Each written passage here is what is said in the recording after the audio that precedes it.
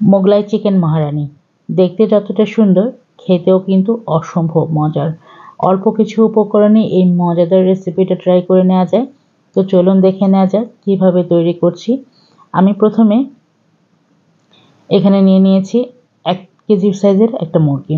আমি এখানে কক মুরগিটা, পাকিস্তানি মুরগিটা ব্যবহার করেছি। আপনারা কেউ চাইলে এখানে ব্রয়লার চিকেনটা ব্যবহার করতে পারেন। আমি চিকেনটা রেগুলার কাট করে নিয়ে এর সাথে অ্যাড করে দিয়েছি 1/2 কাপ পরিমাণ টক দই, দিয়েছি 1 টেবিল চামচ পরিমাণ আদা বাটা, 1 চা চামচ রসুন বাটা, পরিমাণ মতো লবণ, 1/2 চা চামচ পরিমাণ গরম মশলা এবং 1 টেবিল চামচ পরিমাণ লেবুর রস দিয়ে সবগুলো উপকরণ একসাথে খুব ভালো মতো মাখিয়ে চিকেনটাকে, প্রত্যেকটা চিকেনের গায়ে যেন মশলা, দই সব একসাথে মাখানো হয়, মাখিয়ে এটাকে সাইডে রেখে দেবো 10 মিনিটের জন্য।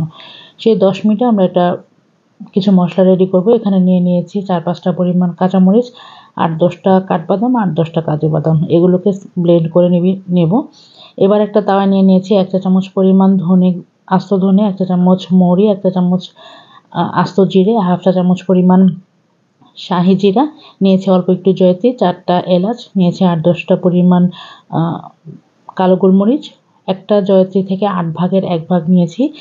নিয়েছি 3টা পরিমাণ দারুচিনি, একটা বড় এলাচ, সেই সাথে নিয়েছি 4টা শুকনো মরিচ। এবার সবগুলো উপকরণ একসাথে একদম অল্প আঁচে খুব ভালো মতো ভেজে নেব। এই পর্যায়ে চুলার আঁচটা যদি বাড়তি থাকে তাহলে মশলাগুলো পুড়ে যেতে পারে এবং খাবারের টেস্টটা তেতো হয়ে যেতে পারে। একদম অল্প আঁচে একদম নেড়ে চেড়ে এটাকে ভেজে নেব। ভেজে ঠান্ডা করে এটাকে গুঁড়ো করে নেব। আমি এখানে গুঁড়ো করে নিয়েছি। আমি একদম ফাইন গুঁড়ো করিনি, আমি হালকা একটু থেতো করে গুঁড়ো করে নিয়েছি। আর এখানে কাজু বাদাম, কাঠবাদাম আর কাঁচামরিচের একটা পেস্ট রেডি করে নিয়েছি। এবার কড়াইতে দিয়ে দিয়েছি 1/2 কাপের থেকেও একটু কম পরিমাণ পেঁয়াজ, দিয়ে দিয়েছি 1/2 কাপ পরিমাণ তেল। অ্যাড করে এটাকে খুব ভালো মতো ভেজে নিয়ে পেঁয়াজের কালারটা যখন চেঞ্জ হয়ে আসবে অ্যাড করে দেব আগে থেকে ম্যারিনেট করে রাখা চিকেনগুলোকে খুব ভালো মতো ভেজে নেব 2 থেকে 3 মিনিটের মতন। এই পর্যায়ে ঢাকনা দিয়ে ঢেকে এটাকে রান্না করব 7 থেকে 8 মিনিট। চিকেন থেকে বেশ পরিমাণ পানি ছাড়বে এবং দইটা থেকেও পানি ছাড়বে। সেই পানি দিয়ে চিকেনটা রান্না হয়ে যাবে প্রায় 50-60% এর মতন।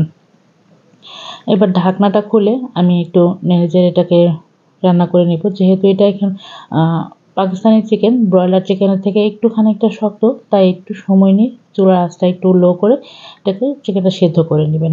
আবারও ঢাকনা দিয়ে ঢেকে রান্না করেছি 5 থেকে 7 মিনিটের মতন। এই পর্যায়ে চিকেনের কালারটা বেশ চেঞ্জ হয়ে এসেছে এবং বেশ খানিকটা চিকেনটা সেদ্ধ হয়ে এসেছে। এই পর্যায়ে এখানে অ্যাড করে দেব যে গুঁড়ো মশলাটা, ভেজে নেওয়া মশলাগুলোকে যে গুঁড়ো করেছি সেই মশলাটা এখানে দিয়ে চিকেনটাকে আবারও বেশ কিছুক্ষণ নেড়েচেড়ে ভেজে নেব মশলার সাথে।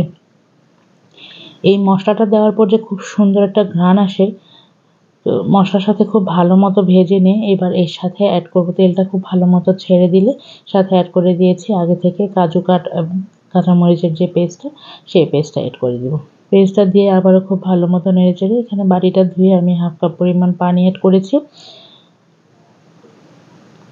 এই বাদামের পেস্টটা দেওয়ার কারণে ঝোলটা খুব তাড়াতাড়ি ঘন হয়ে আসবে। একটু যেন খুব বেশি ঘন না হয়, সেজন্য হালকা পানি দিয়ে এটাকে রান্না করেছি 7-8 মিনিটের মতন।